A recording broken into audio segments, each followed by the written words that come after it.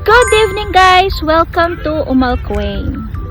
So, for today's video, samahan nyo kaming mag-camping. Actually, hindi siya camping. Parang picnic lang siya. Kasi kakain lang talaga kami dito and then uuwi na rin. Tingnan nyo guys yung, pakita ko sa inyo guys yung view dito sa Umalquain. So, ayan guys yung yung aming maliit na table. Doon kami nag-park. Ayun. Doon kami nag-park. Tapos may grass na park dyan.